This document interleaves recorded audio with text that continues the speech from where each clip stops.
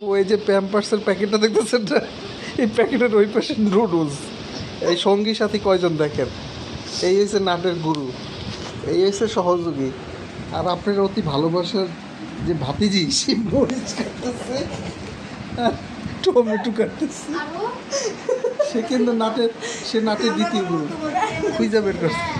আর এই যে দেখতেছেন যে বাচ্চা কোলে, আসলে কিন্তু বাচ্চা না, সব নুডলস। এই এই যে দেখেন আমারে ফাঁসানোর চেষ্টা করতেছে। আমি বলছি সারা আপু, আমি বলছি যে বোম্বাই মরিচ দিয়ে আমরা মুড়ি বানায় খাবো। তারা কি করছে, তারা নুডলস অলরেডি বের করে ফেলছে।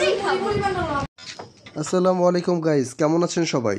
রাত প্রায় 3:30টার মতো বাজে। এতদিন আমি শুধু শুনছি যে গভীর রাতে মানুষের এটা খেতে ইচ্ছা করে, সেটা খেতে ইচ্ছে করে। আমি এই বিষয়গুলোকে আসলে খুব বেশি সাপোর্ট করতাম না, বা আমার কাছে বিশ্বাসযোগ্য অনেক ক্ষেত্রে মনে হতো না। বাট এবার আমার সামনেই ঘটে গেল। সো মনে হচ্ছে আসলে ব্লগগুলো যারা করে তারা আসলে সত্যি সত্যি ব্লগ করে, নিঃসন্দেহে। তো আমার সামনে যে বিষয়টা ঘটে গেল সেটা হচ্ছে যে রাত 3:30টার সময় আমি ভিডিওর সাউন্ডটা মিউট করে দিয়েছি, তা না হলে হয়তো আপনারা শুনতে পেতেন যে মোরগ ডাকার শব্দ দুই একবার শোনা যাচ্ছিল, মানে প্রায় ভোর রাতের একটু আগে আগে।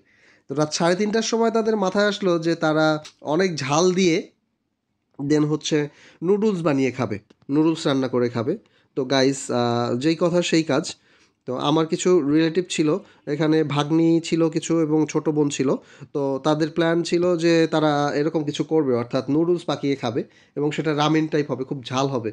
গাইজ, মশলা টশলা কী লাগে, কীভাবে পাকায়, এটার আপনারা সবাই খুব ভালো জানেন। এই ব্যাপারে আমার আসলে বলার কিচ্ছু নেই।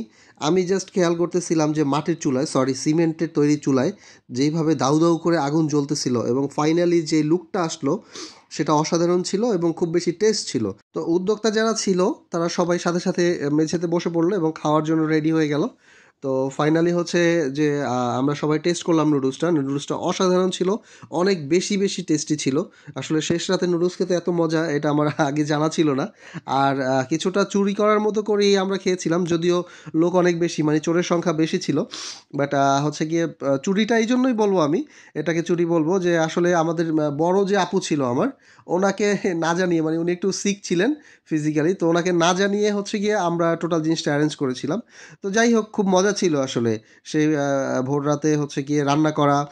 তো যেহেতু আমরা রান্নাটা ছাদে করতেছিলাম, তো কেউ কেউ একটু ভয় পাইতেছিল, তো আমি মোটামুটিভাবে তেমন কোনো কাজই করি নাই, শুধু ভিডিওটা করলাম আর হচ্ছে সবাইকে সাহস দিচ্ছিলাম যে আরে কোনো ব্যাপার না, আমি আছি, এই সেই।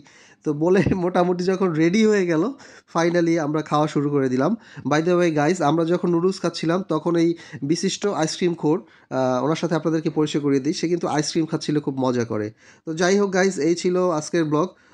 অসাধারণ ছিল ফিলিংসটা। Thanks for watching, tata.